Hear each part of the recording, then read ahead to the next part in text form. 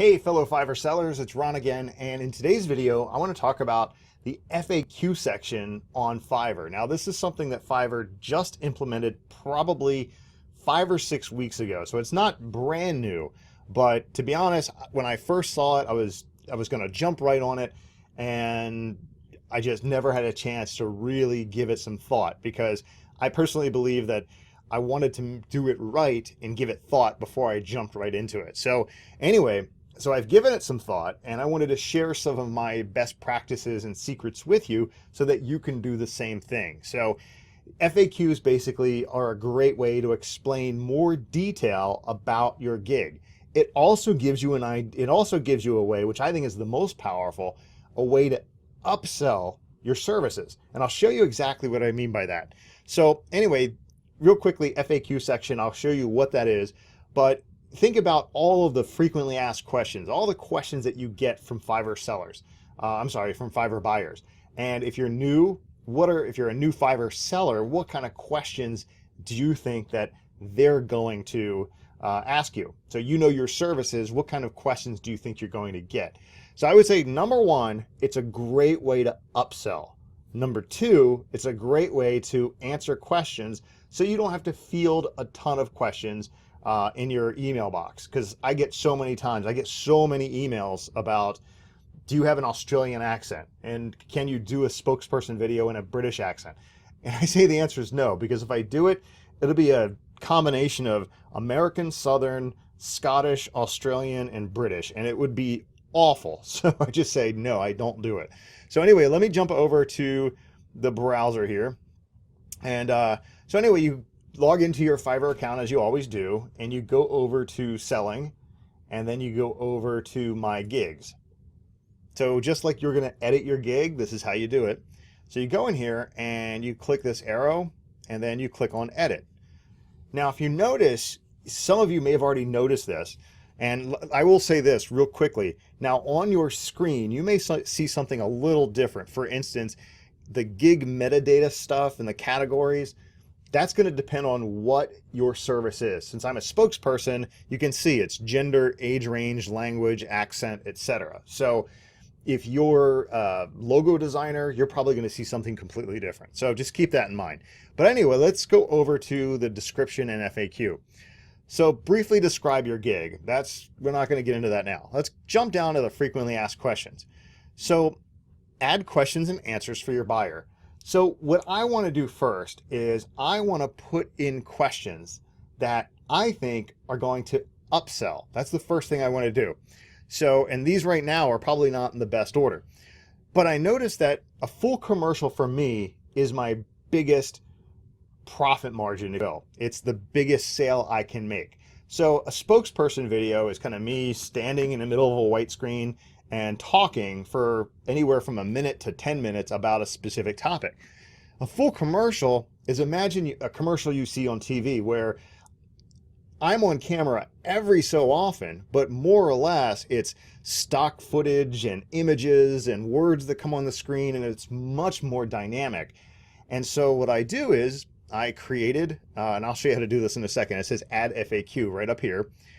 What is your full commercial? Because I get that question a lot, and in my gigs I say, ask me about the full commercial, because I don't have enough in the gig description. It doesn't allow me to really explain it. It only gives you 1,000 words, 1,500 words, and I just don't have enough room.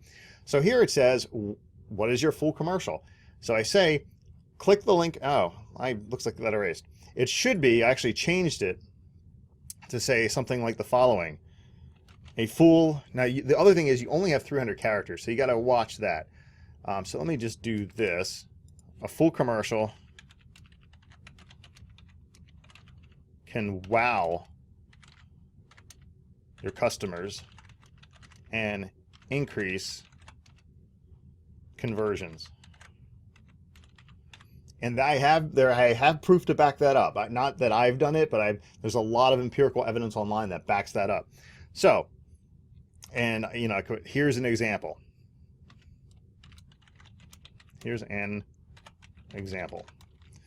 So as you can see, what I did is, now that's weird. It's not allowing me to put a colon. Maybe that's on purpose. I don't know. But anyway, Anyway, so a full commercial can wow your customers and increase conversions. Right there, what I try to do is sell the client on the full commercial, because again, I sell it for $1 per word. So if someone gives me a 150 word script, typically that would be, if it's just me in front of a camera, that typically would be 15 bucks, I think, something like that. But if they order the full commercial, it's 150. Of course, it's more work on my end, but it's a lot more money too. So it's a huge profit margin for me. So anyway, a full commercial can wow your customers and increase conversions. Here's an example. And then you give a little bit of an information. The cost of the video is $1 per word of your script, which also includes me finding the stock video images, music, etc. The only thing you do is provide the script. The idea is that the customer says, here you go, here's the script, work your movie magic. And I probably would include that if I had more room. I wish it went up to 500 characters, because I probably would say the best part of this gig is that the best part of the full commercial is you hand it over and I do all the work using my creative talents. So anyway, so I'm going to hit the update button on that. Now it should be stuck. Wow, full commercial. Yeah. So the other thing is, do you do a British or Australian accent? And the end, let me try one. Let's see, British. Let me think. No, I actually don't have a British accent. This is really awful. I don't even know what kind of accent that is. Australian. Hey, mate. I can't do it. See, that's what I mean. I'm awful at it.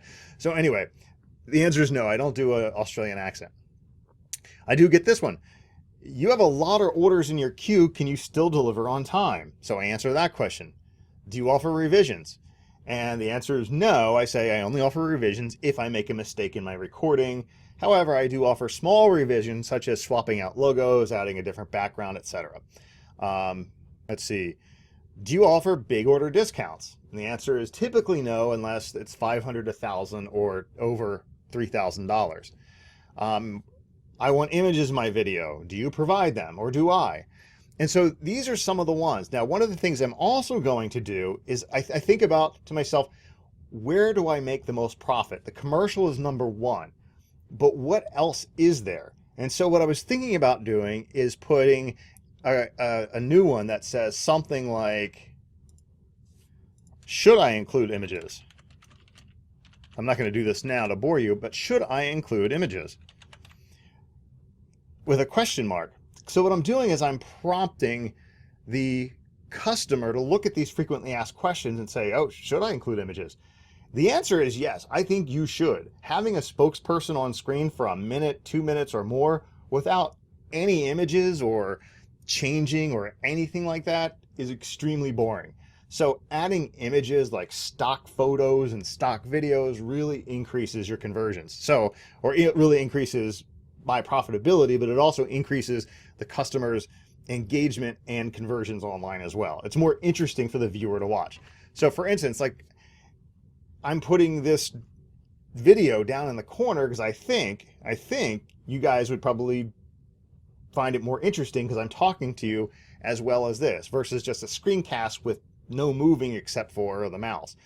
So anyway, so think about my next step for all of you is to think about two things. One, what is a frequently asked question that you could put out there that will help sell or upsell your extras?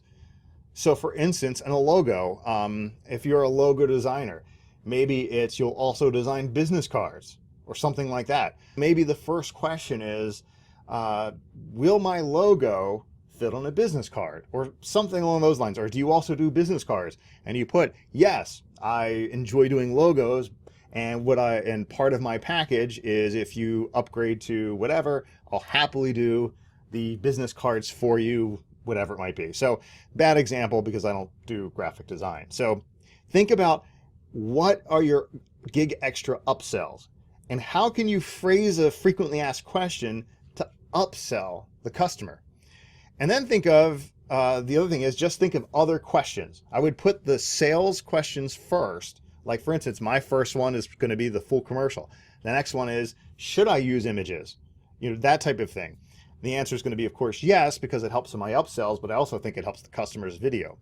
And then you go into like the boring ones, like, do you offer big discounts? Do you offer revisions? Do you do a British accent? Or any of those frequently asked questions that you get for your specific video.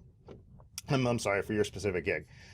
And then lastly, the last part is search engine optimization. Now, I can't confirm this, but it can't hurt. So for instance, you may want to trickle keywords throughout your frequently asked questions. I mean, put it this way, it can't hurt, it can only help. So for instance, maybe in my full commercial, maybe I should a full commercial video with me as your spokesperson, because those are some keywords that I use that help find me. Do you British accent? Unfortunately not. That actually is a really bad example. I probably should put thank you for your question. Unfortunately, as a spokesperson or as a video spokesperson, I can only do an American accent. So try to think about ways that you can embed keywords into your frequently asked questions. And again, I don't know if the search engine, Fiverr search engine, looks at the FAQs, but having them in there can't hurt just in case it does. So number one, just a recap, think about your upsells and how you can use the FAQs to upsell and grow your Fiverr business to make more money. Two, you want to think about ways that just the standard questions that you get. And finally, number three, embed keywords into your frequently asked questions. So that's all I got for you today. Hopefully you found this exciting and helpful, and I will see you in the next video. Thanks for watching.